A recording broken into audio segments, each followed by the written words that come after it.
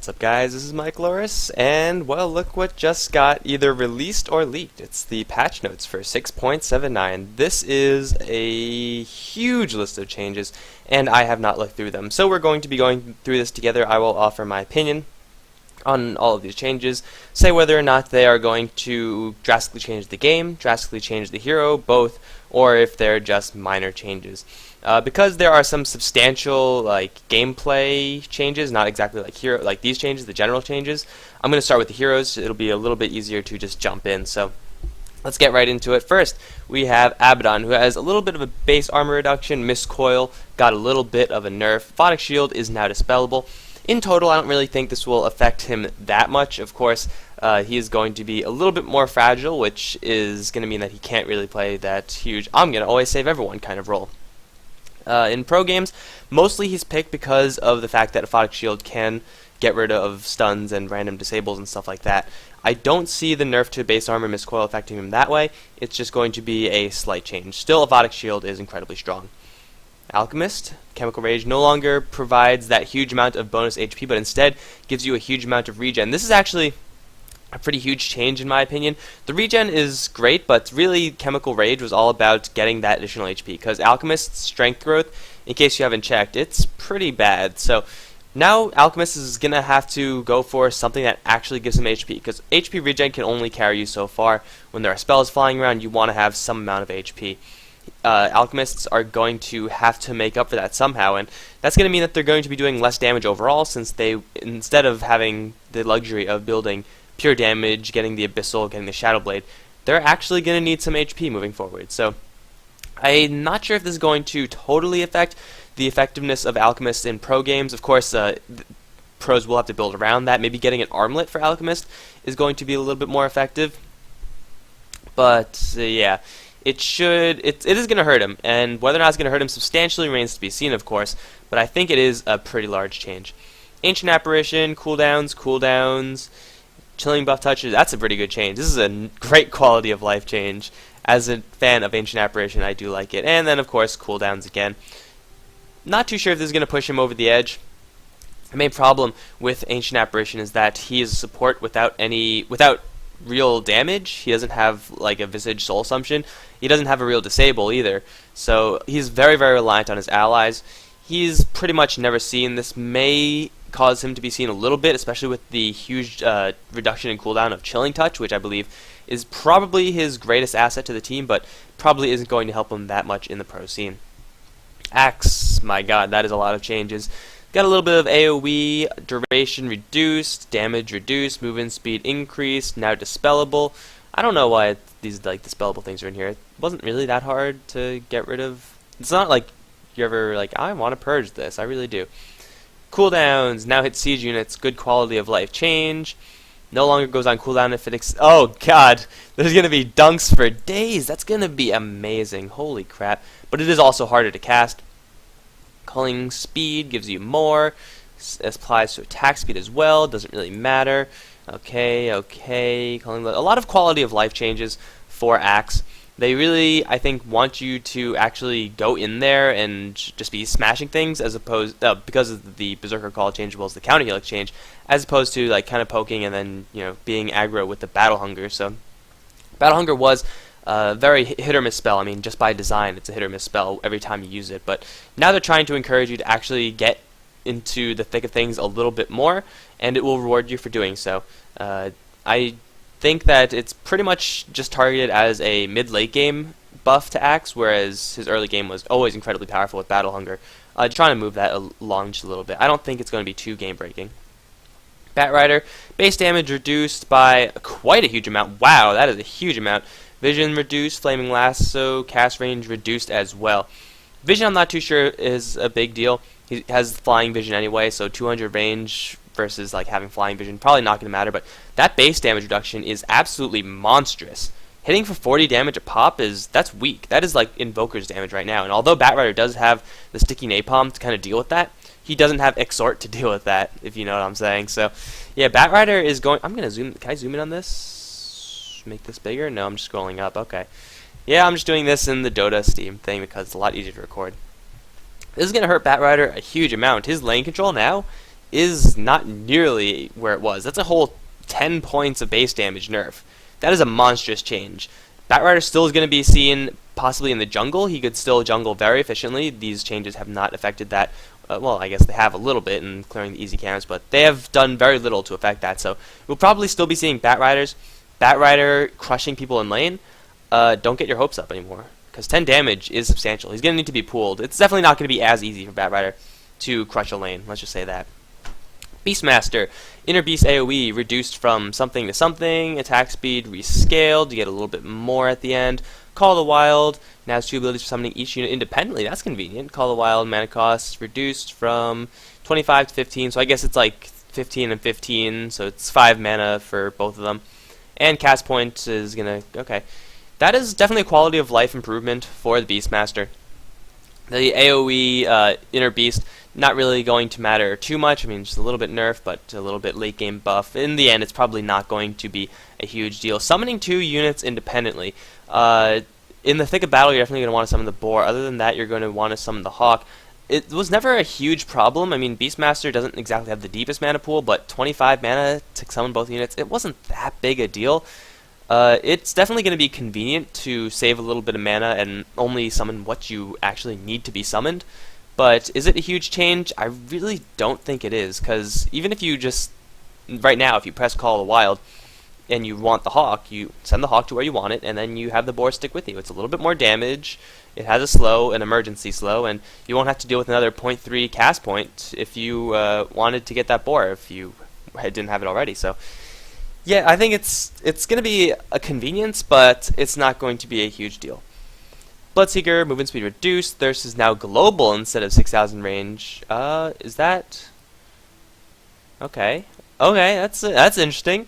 Thirst bonus now stacks for each unit that is low on HP. That is very interesting. HP threshold increased from 50. Why would you level it now? You just get... Oh, you get less movement speed, but it stacks. Okay. Movement speed cap is removed. Oh my god, that is going to be so much fun! You can move at like 600, 700 movement speed. You cannot do that in Warcraft 3. It just won't let you. Thirst no longer provides armor bonus. Thirst gives you more damage now. That's cool. It only shows their model. Okay. Alright, so definitely a sizable change to Bloodseeker. It's going to make him, I feel, even more hit or miss, because if there's only one person on low HP, yes, you're going to see him from global range, which means jungling heroes watch your ass, because if you play a little bit too aggressively, you will have an angry Bloodseeker on your ass with extra damage now. Assuming what that damage is plus damage, so it probably won't be amplified by Blood Rage, so that doesn't have that minor synergy, although it might. They might make it in such a way that it does help. Thirst is definitely going to be an interesting spell. Global Vision with people under 50% might push Bloodseekers to get only 1 point of that, because you don't actually need the threshold anymore, since it's always a flat 50.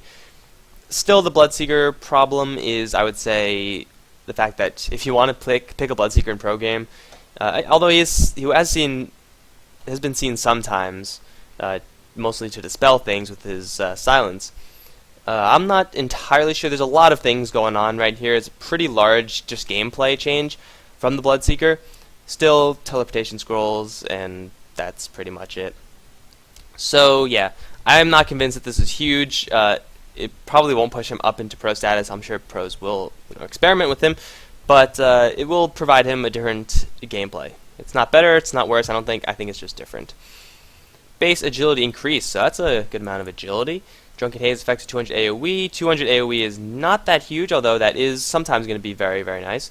More dispellable things. Primal selection is now Earth, Storm, Fire. No longer upgrades any stats. Instead it grants Thunderclap to Earth, Drunken Haze and Storm, Drunken Brawler to Fire. That is very interesting.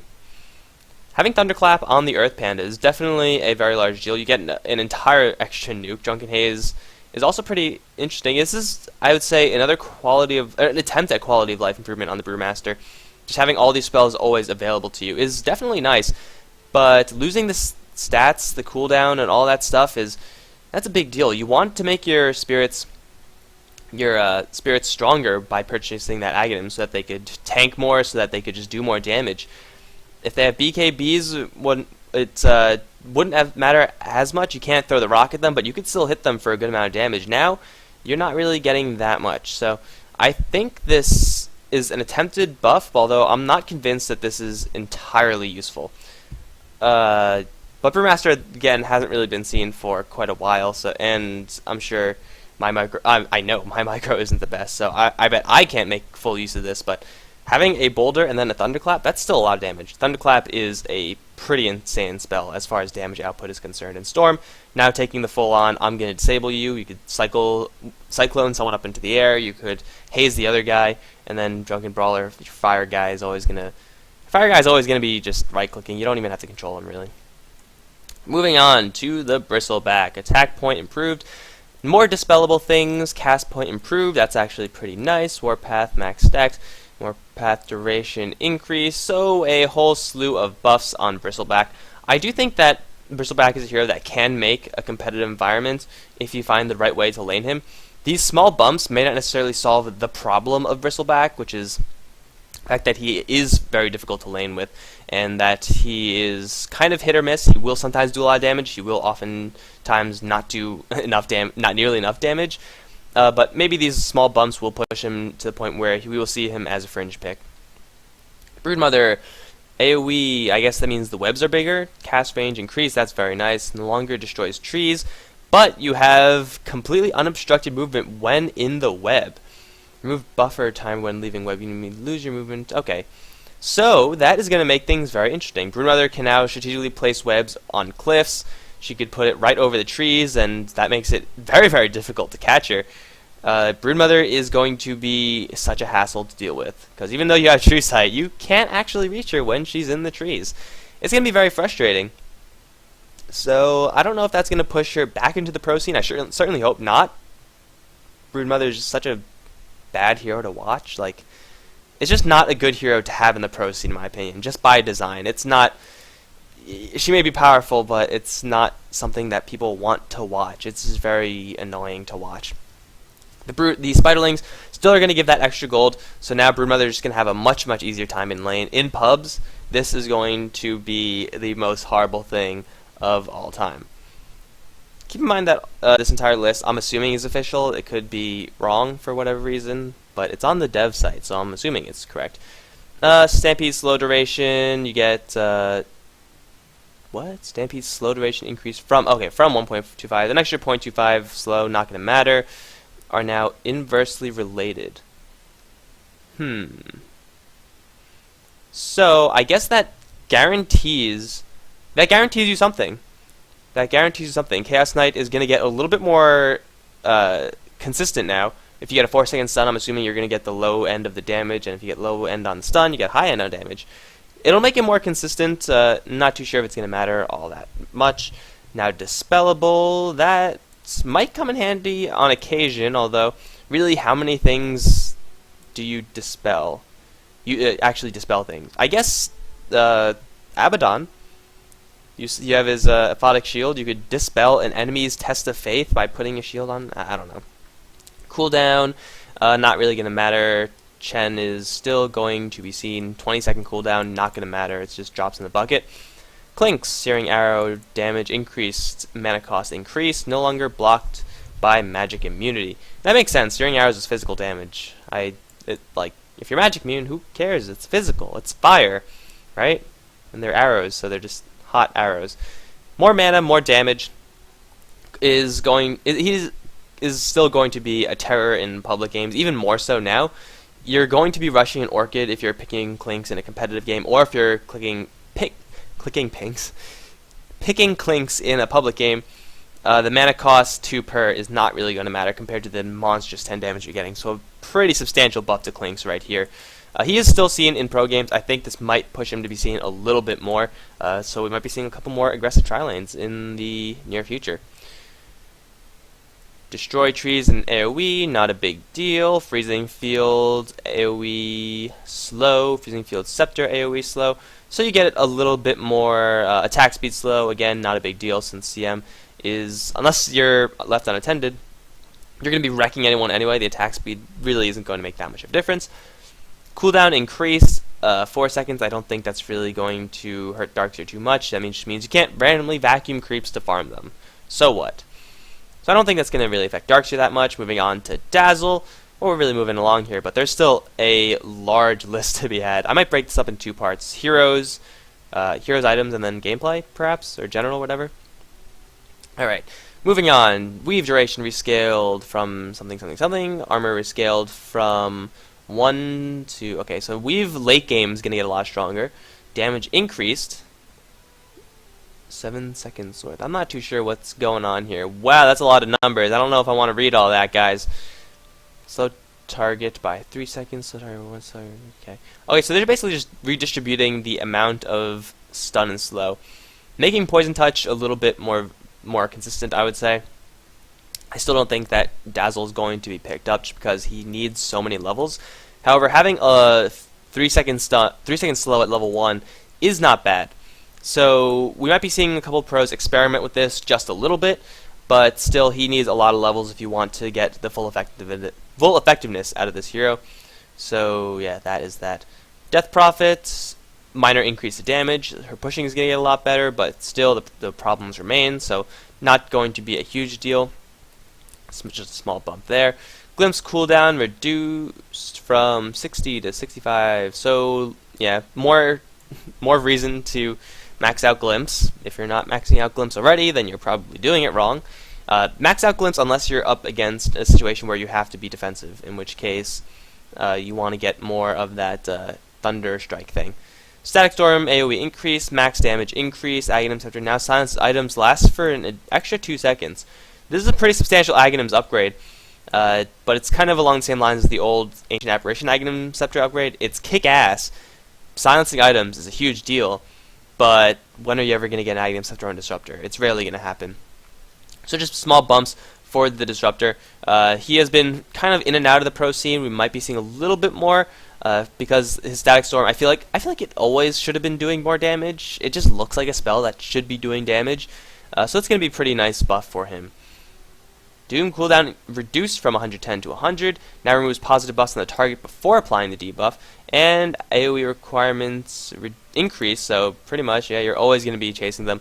Quality of life changes for Doom. Nothing comes to mind that pertains exactly to this one. Removing positive buffs before applying the debuff.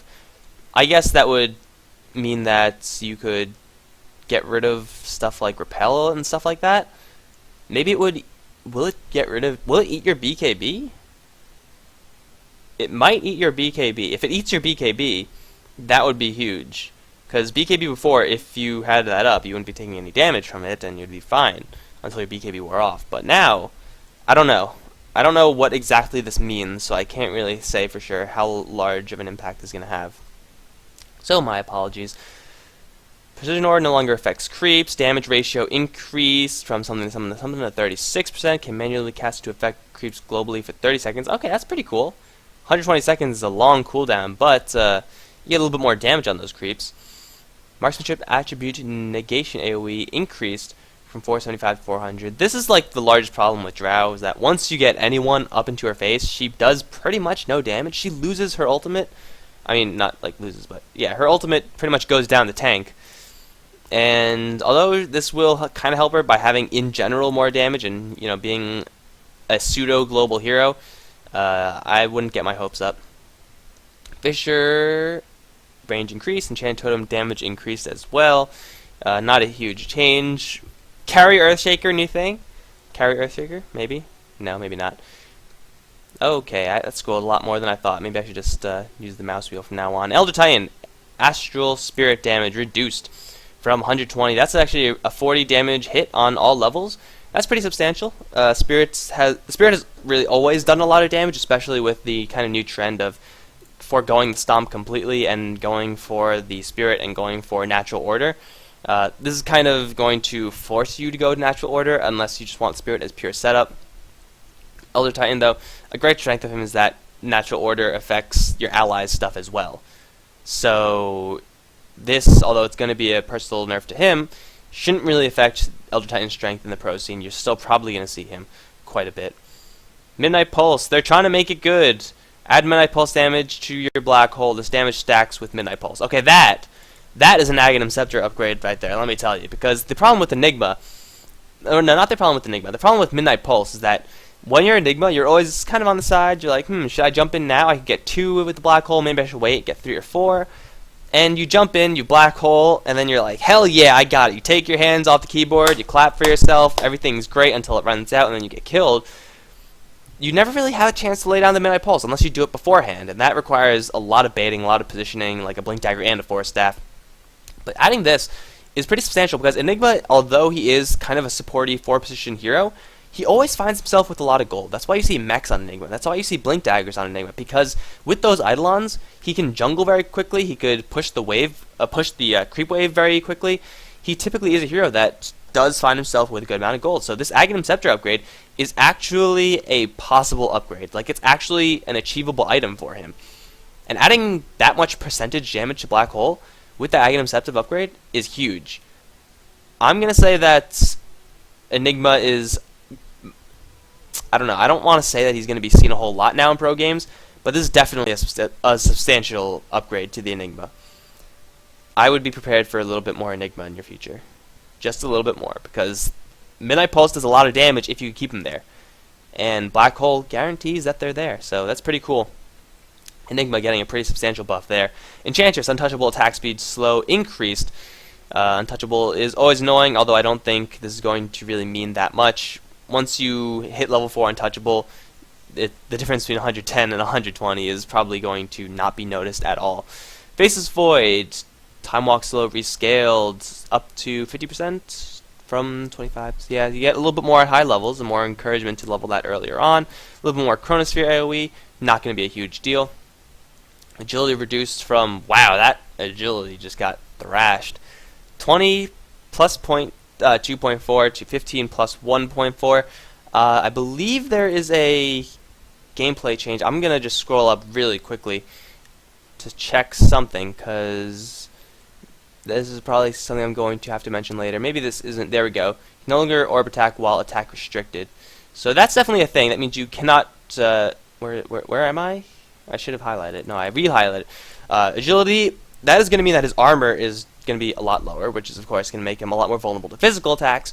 And because Huskars aren't going to be getting Ghost Scepters anymore, because you can no longer orb while you're ghosted, this is going to be a huge hit to Huskar. That means you may not want to cast stuff on him, but you can just hit him and he'll die because he has a lot less agility.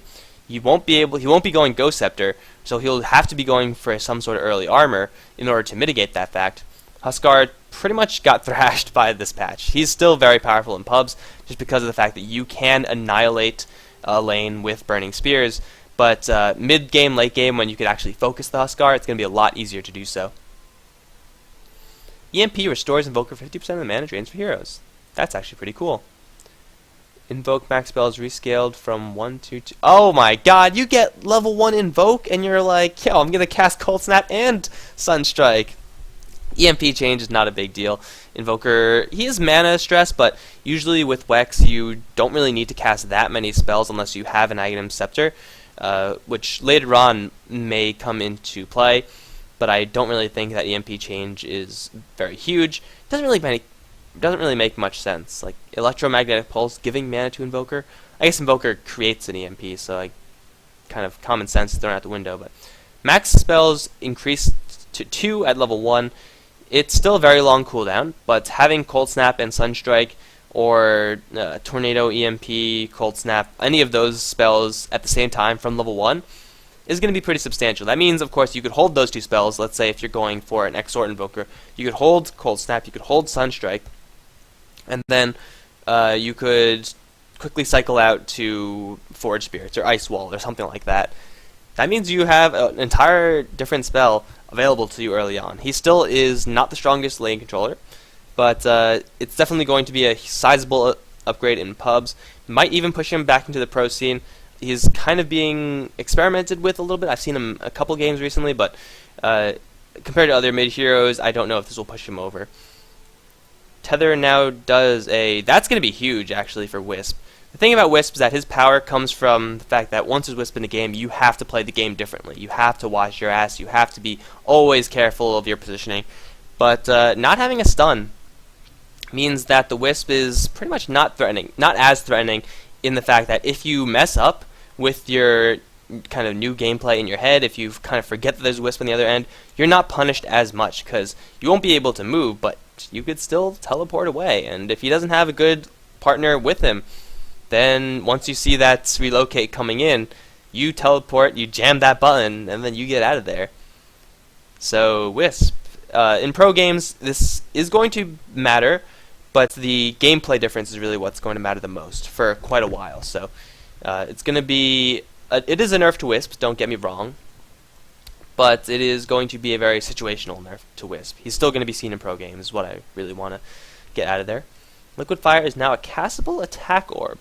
Same cooldown, no mana cost. This is a very interesting change. Liquid Fire is definitely not comparable in strength, at least early game, to Ice Path or the Dual Breath, because those do a crap ton of damage. The cooldown is still very, very high at low levels, and if you're a support, you're not really going to be getting many levels. I'd rather have the burst than just a little bit of poking on Jakiro. It'll definitely benefit him later on when you do have those levels, since you could control when you Liquid Fire. You could not Liquid Fire on the creeps and then Liquid Fire on a tower, for example. That would be pretty big. So late game Jakiro has gotten a sizable buff because of this. Early game Jakiro is not going to care. The order of which you level your hero is probably not going to matter. Not going to change, rather. Juggernaut, healing ward, movement speed increased, Omni Slash, Scepter cooldown reduced. Omni Slash no longer stops if the target is ethereal. It still doesn't do damage. That's pretty cool. Fixed not being able to use items during Omni Slash. So quality of life improvements for the Juggernaut. He's definitely pushed a little bit more because of this huge reduction in cooldown with this Omni Slash. So yeah, Juggernaut is going to be going for the Scepters as they have been. Just pretty large buffs, but that's only, of course, when he actually has a Scepter, when the enemies have a Ghost Scepter. So there are sizable buffs, but they're not hugely game-breaking. Blinding Light, same thing as the Cogs, not going to matter too much. X marks spot cooldown decreased, Ghost Ship damage increased. Have they been increasing the Ghost Ship damage for like every single patch now? At a certain point, it's going to be, it's a giant 1000 damage spell that also gives you that rum, which also speeds you up, which also stuns them. And then people will pick Kunkka every game. But I'm not entirely certain that these numbers are going to matter that much. Kunkka, I don't know how I feel about Kunkka. He's just a wonky hero in general as far as the role he actually plays. He's a great hero to play against an OD since Tidebringer is chip damage that doesn't matter what Kunkka's intelligence is. But Ghost Ship is still a very, very difficult spell to hit. It will reward you a little bit more for hitting it now with that extra 50 damage. But yeah, I'm not too sure it's very substantial. Leshrac, Diabolic Edict, cast point improved, so you cast a little bit faster, Scepter damage increased, more quality of life changes for the Horsey. It's not really going to matter all too much, because Scepter, as support Leshrac, you're probably not going to be seeing that very often, unless you're in a pub game, in which case extra damage is pretty good. It's pretty good. Not game breaking though. Frost Armor has half effect against range heroes. Okay, slow now stacked with the slow from Frost Nova. That's nice. Sacrifice cooldown increased at early levels, so it's encouraging you to actually max out the sacrifice as opposed to just leaving it there and having 2 points then moving into Frost Armor. Mana increase, maybe not. No longer denies enemies XP. Uh-oh. Now converts your own creeps for XP. Huh. Is that... Now convert your own creeps for XP. So you could sacrifice your own creep and get experience from that creep? Am I reading that correctly? The enemies still get like 2. I'm not too sure what's going on here. I think it's you kill a creep and then you and your enemies share the experience for that. That's actually a pretty large nerf to Lich, I would say. Yeah, you do get some experience that you wouldn't otherwise get, but they get the experience that they wouldn't otherwise get either.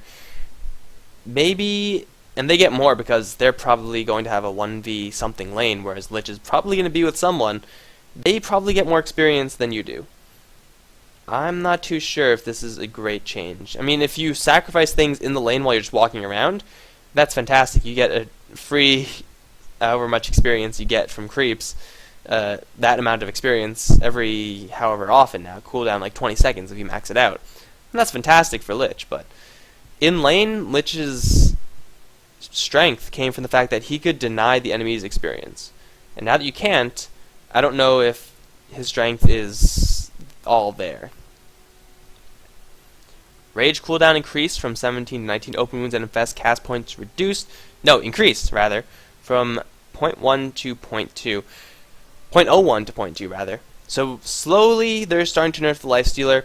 It's going to reach a point eventually where Lifestealer is no longer the carry to pick up.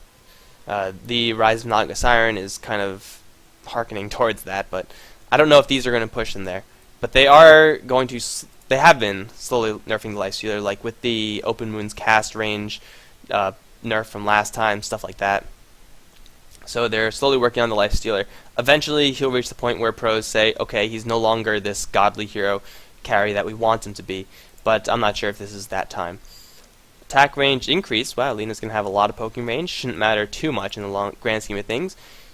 Mana drain duration, you get a lot more mana from that. Hex cooldown increased from early levels. You're going to be maxing Hex anyway pretty quickly, so yeah, it's not going to be a huge deal, but you get a little bit more from it. So Lion just having a little bit of his cooldown balance with his strength. Lion was always a very I'm going to go all in hero, just having such a high mana cost on his spells in comparison to his mana pool, and that's kind of encouraging that fact. Base movement speed increased, still 280 in true form. Bounty increased, experience bounty rather, increased from 196 to 300. Again, they're doing the same thing to the Lone Druid as they're doing to the Lifestealer. Nowadays, we don't see as much Lone Druid, and because of the, first of all, the armlet change, and then the bounty change as well. Having the experience bounty reflect the gold bounty is definitely going to hurt his standing in the pro game. In pro games, we are slowly getting to a point where Lone Druid is rarely seen, which has pretty much never been seen in Dota. Has always been there, like from the beginning of time. Moonglyph now bounce back to the same units if it already hits all other units. That's pretty cool. And damage reduced from 30 to negative 35. Clip Scepter beam count is removed. When do you ever get Scepter on Luna? Probably not. If it's late game, you want to be that right clicker, which is going to help the fact, which the Moonglaive change is definitely going to help the fact. So a couple of buffs for Luna. The Eclipse Scepter one is not really going to matter all that much. It's probably not going to matter ever, unless you're playing some really weird I'm going to be Juggernaut Luna. But Moonglaze being able to bounce back is pretty cool. It's not really going to matter too much. It's probably not even going to be noticeable, but the damage will be dealt, and it will be pretty cool. Armor increased by 1 on Lycan, more base damage, more howl damage, so Lycanthrope Broodmother, maybe. Wolves' magic resistance increased from 50% to 80%. Maybe we might see a couple more Lycans. Having Wolves almost immune to magical damage is pretty insane. He still can jungle, because Wolves' HP hasn't really been hit, and he gets more damage, he gets more armor. Lycanthrope definitely got hit a little bit too hard from the post TI2 nerf bat. Now it might be that he's seen a little bit more, especially since Lifestealer getting a little bit weaker, Lone Druid getting a little bit weaker. Might as well go for the good old wolf. So yeah, I don't know if this is going to be the tipping point, but we will, I'm pretty sure, be seeing more Lycans in the future. His jungling got a lot easier with his 1 point in armor and more base damage, and wolves are pretty much immune to spells now, which is pretty cool. You can't nuke him down, which means the supports, you better run for your life. Turn rate improved. Blink Skewer is going to be a little bit easier. Not too sure if that's a huge deal. Mystic Snake now does only cure damage to units in stone form. That's actually pretty cool, because before it was great, I turned into stone, and now they take more physical damage, so my split shot works, but my Mystic Snake unfortunately doesn't. It's just a quality of life change for Medusa. She hasn't really been experimented with enough, in my opinion. I do think her ultimate now is just such a massive improvement from the old one, and that she probably will be seen a little bit more moving forward, but it will take a little bit of time. Meepo, do I even have to bother? I'm sure No Tail would be ecstatic about all this. I'm not. I should probably read it. So you get less armor, you get more turn rate, better Earthbind cast point, leveling rebalance from 4, 11, 18. That's cool. Remove 30% stat sharing on non-ag items divided we stand. Okay, so you get earlier meepos, which means that you only need to get to level 4 before you could ship your other meepo to the jungle, which is pretty kick-ass. Remove 30% stat sharing on non-ag items divided we stand. So, but they're weaker. They're weaker, but you get them earlier. In pubs, you're still going to be thrashed, and it's not going to be fun, and I can pretty much promise you that. So still don't pick meepo, unless you have a death wish, which you may or may not have, so who am I to judge? I am playing Dota. Leap AoE, movement speed increased, granted cast location rather than destination. That's pretty cool. Nice initiation type spell. And the bonus has been a little bit increased. Mirana is seen already, so it's not going to affect your standing in the pro scene. But it will just make it a little bit more likely that they're going to be picking up Leap. Not too sure if it's that likely. You still do want the burst damage from the arrow as well as the Starstorm. But later on, Mirana is going to be a little more influential. Morphling, trying to recover a little bit of his nerf from the post-TI2 nerf bat as well. Similar things will happen. He is to the Lycanthrope. Lycan isn't seen as much as Morphling nowadays. We're seeing a couple Morphlings now and again. But this probably isn't going to push him over the top and make him the top tier carry that everyone once loved him for. Riptide AoE reduced, mana cost increased. I think this is an appropriate nerf. Naga Siren, she got hit with a nerf bat after TI2, and well, she kept on trucking. She was gone for a little bit, but then she came back in full force after people realized that, hey, Silent Siren's still pretty good, and Ensnare still works on magic immune targets. So definitely going to hurt Naga Siren, but the fact of the matter is that you can still ensnare that life stealer, and that ultimate is still a get out of jail free card. So I don't think this is going to matter all too much. Treant's gold bounty increased, the experience bounty increased, Nature's Prophet. I don't really know if this is definitely a substantial nerf to him, but it just means you're going to have to be a little more careful with the Treants. You can't just leave them to auto push the lane because they will feed a little bit more to the enemies. I think he's still going to be picked. I don't see this. Well, I mean, the same thing kind of happened to Broodmother, and she completely fell off. But then again, Broodmother doesn't have global teleportation and split push. It's going to lead to a more fragile playstyle of Nature's Prophet, but I think he's still going to be around. Necrolite base armor increased by 1, who cares? Darkness caused enemy vision to be reduced by 25%. That's pretty cool. It's a pretty big buff. It's probably not game breaking, but it's cool. It's cool. Spike Carapace no longer such a hero when your summon units proc. That's god damn it. That's pretty good. Impale no longer has unit targeting, is now only a point targeted spell. That is quite the nerf, actually. Makes it a lot easier to dodge this guy, I'll tell you that. So Nyx Assassin taking quite a huge hit from this. Usually people say, oh, always target the ground. But when you're right next to the person, just target the hero. There was no reason not to, because it guaranteed it would hit. Now you won't always have that. So Impale definitely a lot harder to cast now. I foresee a lot of, why can't I Impale targets like I could spike targets on Lion threads on Reddit coming up in the near future if this is in fact implemented. But yeah, pretty substantial nerf to Nyx Assassin. If you're a pro Nyx, then I mean your Impale accuracy is going to be higher, but the dodge rate is going to be higher as well. So it's really just a toss up for me. Ogre Magi, Ignite duration increased. Ignite is now dodgeable. So I guess you could disjoint it and stuff like that. Ignite now has multicast to cast at a random enemy unit in 1400 AoE, so you kind of like double the Ignite, more Ignite for everyone. And Unrefined Fire Blast cooldown reduced from 10 to 6.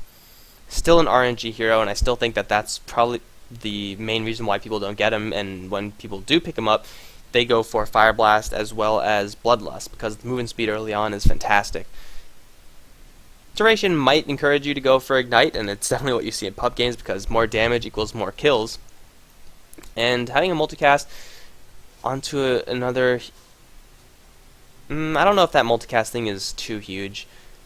You might get an Ignite onto another hero, but it's probably not going to be the largest deal in the world. Omni Knight Degen Aura increased. AoE and stickiness increased from 0.5 seconds. That's not really going to matter too much. It's all about the heals, and Repel and Omni Knight. Degen Aura is kind of an afterthought. Base damage reduced by 3. Items no longer trigger Essence Aura. This would seem like a pretty big deal. If you're unlucky on OD, you can no longer just, Force Staff, Tranquil Boot, Buckler your way up. But he still is going to crush the lane. Base damage reduced by 3 is just nothing compared to the amount of damage he steals from the opponent. So I feel like OD might have needed a bigger nerf. I think he's still going to be crushing people left and right. In the mid lane, at least. Stifling Dagger now shares the same crit chance. Oh, that's cool. Is now dodgeable as well. Stifling Dagger, so you get a little bit of a rescale damage value, but you could crit on it. That is pretty cool.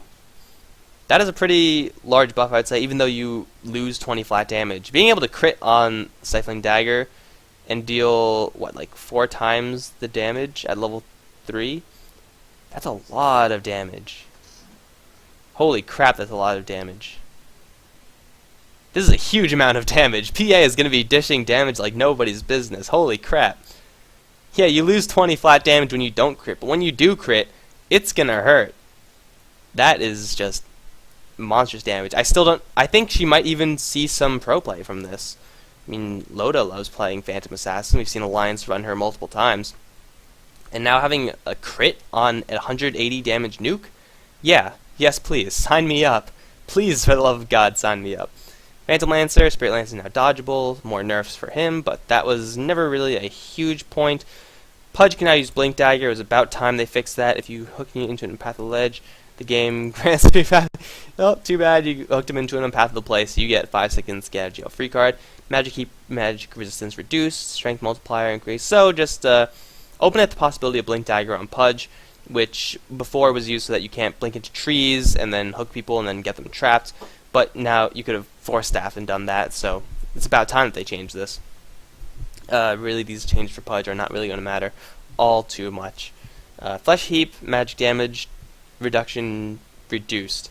It's definitely going to be a hit to him, and overall I would say that this is a nerf to Pudge, but did he really need a nerf? I don't really think he did. I think Pudge was fine. Maybe just enable the use of the Blink Dagger. It's not really game breaking. You could blink now into Dismember Rot, which is going to be pretty terrifying. All of a sudden, fat people everywhere, but you could... it's not that dangerous. It's not exactly an Echo Slam. It's not exactly a Black Hole. Hugna, Decrepify damage amp on allies reduced from 40 to 25.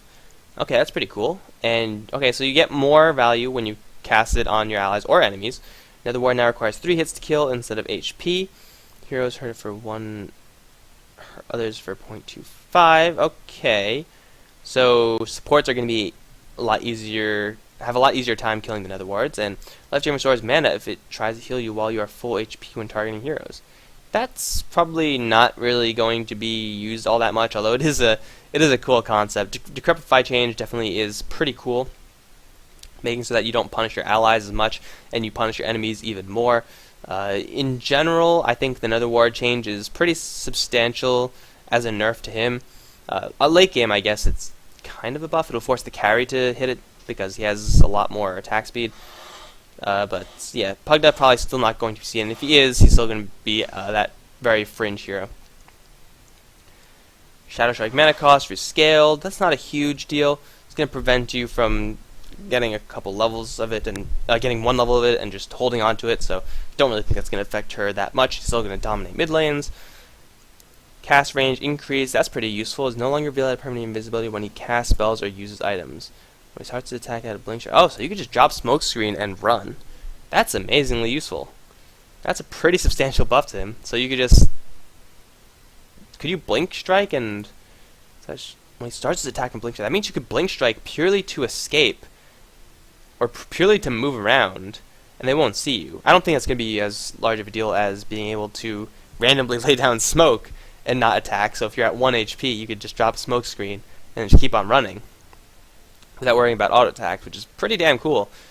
Whether or not he'll be seen more in pro games, I don't think so. He's a little bit too fragile. Its change isn't as huge as the PA, who, Ricky and PA, they've been seen at about equal amounts of frequency. I don't know the numbers on that, but I'm assuming it's about equal. So, nice change. Not too sure if it's game breaking in the pro sense. Rubik, telekinesis cooldown increased by 4 seconds. Can no longer steal the items upgrades of the enemy if they have item he doesn't. Reduces cooldown to 5. Hell yeah, increases cast range, makes all stolen spells. That's pretty cool. The last part definitely not substantial, but 16 to 5. That is very Invoker-esque Aghanim's Scepter upgrade.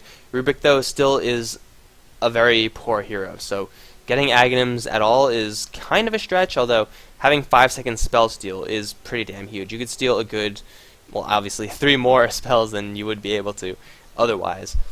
But can you live through that is a big question, and can you find substantial spells to steal from that? And is that worth getting at Aghanims? I don't know. You need a Blink Dagger first, I think, or at least a Force Staff, and at that point you are farming pretty well, and the game should be pretty much in the bag. Aghanim Scepter will just be like a nail in the coffin. So, although it's very nice, I don't think Aghanim Scepter is acquired on Rubik nearly enough to make that really worth it. Sand King, more Sandstorm Deeps, and attack speed slow is now the same as movement slow. DPS increased by 20. Sand King, that's a pretty nice buff. You usually do see people maxing Sandstorm, so it will do a little bit more damage. Although if you're standing in Sandstorm, you're kind of asking to die anyway. The DPS change isn't really going to matter. It's really all about that momentary invisibility, so you get mobility going. So yeah, just minor buffs for the Sand King. I don't think it'll be too influential. Shadow Demon gets more AoE, no big deal. Master Rewards count place from 8 to 10. Change Master Rewards placement structure. Well, I don't know what they changed it to, but I guess it's more of a box now, since there's 2 more of them. You can add more damage. Shadow Shaman still is incredibly slow, however, he still does disable himself with Shackle. And although Master Rewards before was a large point in picking him, this is going to make him technically a little bit more of a point to pick him, but not by enough, I don't think. Yes, thank you. Thank you. Now we don't need to get Glaze of Wisdom at all for that Support Silencer. Support Silencer is Rejoice. It's not really going to matter too much. You might get like 4 Intelligence early on, whereas normally you wouldn't, but that's not really a big deal. Base Intelligence increased by 5. Skeleton King's going to be casting things left and right. Removed Mortal Strike. No! Now provides full effectiveness on range units. Reincarnation slow increase from 30 to 50. Why did they get rid of Mortal Strike? I like that spell. Damn it. Now Skeleton King only has 1 skill. Definite nerf to Skeleton King, even though he has more mana, even though you get more slow on reincarnation. He's back to the boring old Skeleton King. Before you could chunk heroes down pretty substantially, and Vamp Aura, although it's nice to have Vamp on your ranged heroes, it's not nearly as good as Mortal Strike. Nerfs to the SK. Int growth increased from 3.2 to 3.6. That's pretty cool, being a hero that is often strapped from mana. Aghanims reduced Mystic Flare cooldown from 60-40-20 to 20-10-0. Holy crap. That's a lot of Mystic Flare damage. Of course, Mystic Flare has like a 800 something mana cost, so good luck casting it more than once at 0-second cooldown. But if you have enough mana, if you have like an OD with you, shit, that's gonna do a lot of damage. And Skywrath, well, if you do have an OD with you, then you're probably playing a support Skywrath, so you're probably not gonna get Aghanim Scepter upgrades. Although it's a cool upgrade to the Mystic Flare, it's probably not too influential. Slardar amplify damage reduced from that to that. Sprint speed, sprint mana cost removed, that's pretty cool. Sprint speed increased. They definitely want to push Slardar a little bit more. I think Slardar is another one of those heroes that, although his problem is that sprint makes him vulnerable, if you bump his other stuff enough, he is going to be seen eventually. And Slardar is definitely a good hero to be seen in pro games, as opposed to Broodmother, which is boring. Slardar is an exciting hero to watch. So that's pretty cool. Having an extra 50 mana in your pocket is also not bad, and you get to move a little bit faster with Sprint. It's probably not enough to push him over, but it's certainly getting there. Shadow Dance duration reduced from 5.5 to 4. Shadow Dance cooldown increased from 25 to 65, no longer revealed by True Sight. This is a pretty large change to Slark. You don't have to worry about True Sight, so Shadow Dance is pretty much a get-out-of-jail-free card, except for AoE spells like LSA or whatever. But 65 cooldown is substantial, so your ganking is going to be... You can't play as much of a hit and run lineup, hit and run playstyle as Slark anymore. Whether or not this is a true buff or a true nerf is certainly debatable. but it's definitely going to influence a large playstyle change on the Slark. Get more attack range, not a big deal. You already outranged the tower, so it's drops in the bucket really. You can now continuously use reality on your illusions. Reality cast point improved to 0, that's pretty nice, so you instantly jump in. I guess this is you could haunt to one thing, then haunt to another. That's pretty damn cool. I don't really see its use. I don't think it's going to be used that much, but shit, that's thematically, that's a really cool change, since Spectre could be everywhere at once. So you might as well just jump in as soon as you can and then just keep on jumping. Spirit Breaker, base attack time nerfed, so he attacks a little bit slower and no longer works well in Doomed, who cares. Nether Strike now uses 1.2 cast time instead of 1.2 of magic immune delay. Can be interrupted. This is a pretty substantial nerf to the Spirit Breaker. He's been terrorizing pubs since the last patch. Being able to interrupt Nether Strike as an ally, and then I'm assuming would put it on cooldown, makes it so that Spirit Breaker isn't gonna have to worry a lot about who he's ganking and when he's ganking him. Because if you dive a tower thinking it's an easy kill, all of a sudden TP support comes in. Once the enemy sees you, you can't actually Nether Strike him, and that's a large part of Spirit Breaker's finishing combo. Stormbolt cooldown reduced, who cares? Now dodgeable, who cares? Then getting minor buffs, although minor nerfs at the same time. But it's good that they're making everything consistent, making everything dodgeable, as opposed to some things are not dodgeable. Spirit Lance, now Stormbolt, although it's in Dota 2 it's Stormhammer, and all that good stuff. So, good stuff there. Good consistency changes. Kraken Shell block, a little bit more, but that doesn't really matter anything at all. Chakra mana cost increased from 75 to 100 to 175 to 200, so an additional 25 mana. Timbersaw is a hero that is strapped for mana, but I don't think a 25 mana change is really going to kill him that much. He's still incredibly powerful, especially if you see him in pro games run as a mid lane. He will have enough gold to get arcane boots, so it's definitely going to hurt his effectiveness a little bit, but not nearly enough to throw him out of the metagame. Craggy Seer's stun chance increased by 1% at max level and 4% at level 1. Stun duration increased a little bit. It's not really a huge deal in my opinion. It's going to be a little more annoying in pub games, but it's not going to push him over in pro games at all, I don't think. God, there's a lot of changes. We're not even like... Oh, we're almost done. Maybe we'll... God, these items. So many item changes. This is going to be a two-parter, because I don't really want to do this all at once. Leech Seed damage repulse reduced. Leech Seed number of damage pulse increased though, so I guess the damage is overall increasing? Yeah, it should be overall increasing. 360 times... Yeah, so you get an extra 60 damage worth total, so an overall buff to Leech Seed. Living Armor cooldown rebalance from 15 to... Ooh, that's interesting. Increase from 25. Wow, huge hits to Treant Protector here. Nature Guy's cast point, that's not really a big deal. It's the fade time that matters. Yeah, Living Armor getting a huge hit there. Double the cooldown at level 1. Living Armor is maxed out first anyway, but Treant Protector is definitely not going to be effective as in the early game as much. So, yeah, a pretty large hit to Treant Protector. He's kind of off and on in the pro game, so can't really make a huge statement. You're probably going to be seeing him a little bit less. But you do get, in total, I guess, a little bit more on the Leech Seed, which means that you have to be a little more active as Treant Protector. Overall, it is a nerf, though. Troll Warlord gets movement speed rebalanced to a little bit more, so it's a little bit more incentive to actually level it up, whereas before you only get like bash damage or something like that. Whirling Axe's melee reduced by 50 damage. Gonna hurt his laning, but I think he's still in that experimental stage. And as far as pro games go, yes, he's picked up all the time, but he's not really a quote-unquote staple quite yet. So they're trying to hit him at just that right amount where his mid lane is just strong enough. And his mid lane wasn't crushing to begin with, so this is definitely going to hurt him, but you still have that ultimate, you still have a good amount of versatility from the hero, so I think he still will be seen. Frost Sigil, so it's the same thing as the Nether Ward, which is a pretty cool change. Constant number of hits. So early game, it's a buff. Late game, depending on... Late game, it's also a buff. So there's that. Tusk getting a Frozen Sigil change. Decay Steel duration, level 1. You get it for a little bit longer, but I believe the cooldown still is why you level it up, so it's really not going to matter too much for the Undying.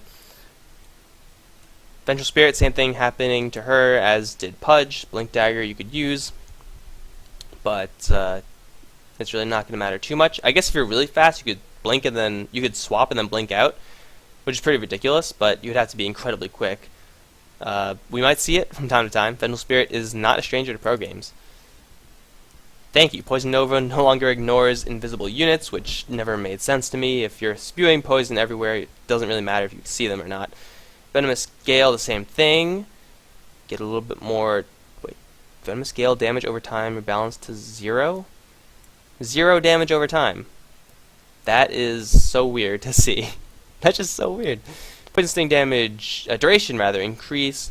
No longer dispels healing or disables daggers. Plague Wards now have Poison Sting. Okay.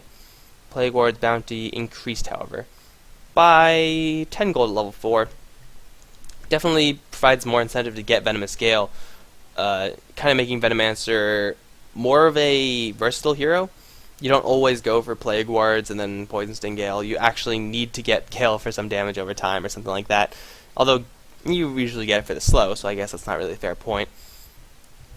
Definitely a whole slew of buffs to the Venomancer, making all of his skills a little bit stronger. At the same time, though, making it a little bit more difficult for him to choose where he's going, because you have to balance the power of the new power of the wards with the amount of bounty that they're given. Poison, oh my god. Poison attack cooldown reduced from 4300 to 0. Oh yeah, that's finger licking good. Viper is my favorite hero, and being able to spam poison attacks with 0 cooldown at level 1 is outrageous. I don't know if I'm going to substantially change my skill build on him or not, but damn. That's free damage, and Viper has more range than Huskar. He has a slow, whereas Huskar does not. Kind of more drowish than Drow. Damn, that's a good change. I like it. I like it a lot. Alright, we got Visage, base armor reduced by 1, magic resistance reduced from 25 to 10. Oh no, they're making exceptions. Visage is now the only hero that doesn't have an innate 25% magic resistance. What are we gonna do? He was a hero that is, in my opinion, just way too powerful. When he's seen as first pick, first ban in all these games, you know you kind of have to do something about it. And I think hitting him, his levels early on, forcing him to go for more Gravekeeper's Cloak, making him a little more vulnerable. He's still going to be putting out that huge amount of damage, but he won't take it as well. So it's a good nerf on Visage. I think he probably still will be played at least for a little bit, but that's a pretty substantial nerf to his survivability. Fatal Bonds changes to link the closest unit. I'd really love it if it favored heroes. I don't know if it does right now. I actually have no idea. Upheaval cast range. Who cares about upheaval, right? Duration increase. Remove chaotic offerings 100 impact damage. That kind of sucks. More armor though, and more mana cost. So actually nerfs to the Warlock, whose chaotic offering was pretty much the reason to pick him.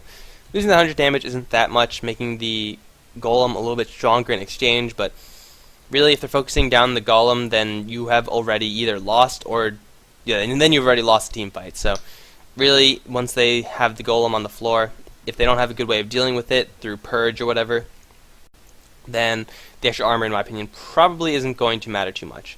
The mana cost is definitely going to hurt, since Aghanim Scepter Refresher Orb is definitely a thing. So he probably should still have enough mana to cast it, although it's going to be a little bit more of a stretch. Weaver gets a small nerf of base attack time.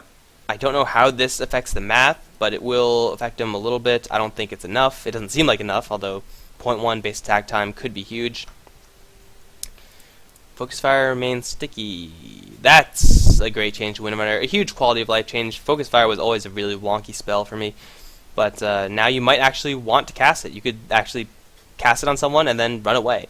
Which is pretty much the reason why I rarely cast Focus Fire, is because I'm not going to be able to sit there and say, I'm going to kill this guy, and only this guy. I have to attack other things. It's just like what you have to do in Dota.